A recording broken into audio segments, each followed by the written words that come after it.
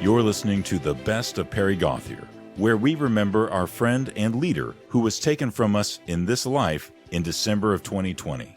It is our hope that his memory lives on in the hundreds and thousands of people who he touched both in and outside of capitals in this country and around the world. We will be sharing interviews that Perry did for radio and television throughout the following weeks. Perry was always prepared to share the good news of Christ and God's love for politicians and people serving in the political realm. On today's episode, Pastor Perry becomes Professor Perry as he schools us on when it's moral to disobey an immoral leader, the 613 Mosaic laws, and the difference between killing in war and premeditated murder. And so where is that line?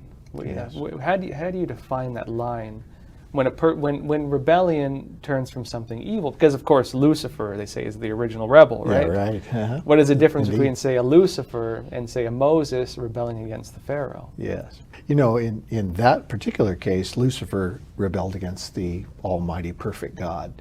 In fact, the essence of his rebellion was he was not satisfied being the perfect creature as an angel, as a cherub, but he wanted to exalt himself over God. Well, because God's perfect, you have done wrong and that's the entrance of sin into the universe. This is before the Garden of Eden, where sin enters the human picture in the Garden of Eden. But Lucifer in the pre-Edenic Eden of heaven is what it's called, the celestial realm. So he rebels against a perfect, unflawed king. So that's by definition sin. That's the entrance of sin found in his free will. And God created all creatures, the angels and humans, with free will. Humans in his image. And so our free will, which is an inviolable thing, and you said earlier, people just have this inherent desire to be free, and that's because we're made in God's image, and he is free. He's volitional, which means there is a choice, there is a will, and that is what freedom is about, the freedom to choose. So the difference between Lucifer's rebellion against God and Moses' rebellion against Pharaoh is that Pharaoh was murderously, thievingly tyrannical slave driver, abusing people and human rights in mass quantity for decades, centuries, 400 years. In the way the story plays out historically in the biblical text is that Moses came in by the command of God to this evil tyrant who had enslaved this people, all because he was afraid. Remember, rewind 400 years, kill all the Hebrew baby boys. The midwives say, we won't do it. So even though they're still in slavery, they're multiplying. They're a massive, probably up to a couple million by the time the Exodus happens.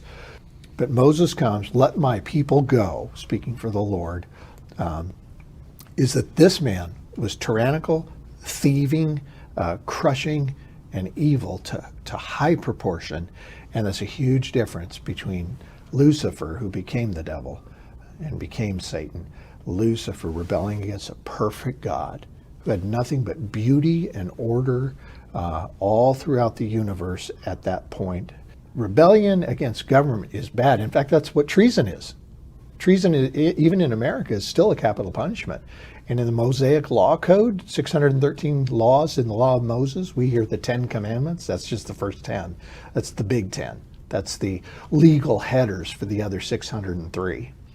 So the 613 commandments in Moses' law are given so that people can understand the ethics of God and understand how to live. But when a ruler is violating the moral laws of God and abusing his people and becoming tyrannical and murderous, one of the big 10, thou shalt not murder. And it's the Hebrew word reitzak, which means murder. It doesn't mean kill. And people who are against war and people who are pacifists, who are against just warfare and who are just pacifists and doormats, they often say, well, the Bible says thou shalt not kill. No, it doesn't. The Bible says thou shalt not murder. And murder and killing are two different things. Killing is just the taking of human life, the taking of life. But the taking of human life is killing, and the wrongful, premeditated taking of human life is what we call murder. And that's one of the great crimes. Leaders rule from a position of fear, and the people want freedom. It seems like the cycle never changes. Join us next time for the amazing topics of obedience and submission. Do you want to go through life being satisfied or perpetually seeking out the next thing to try and meet the craving deep down in your soul?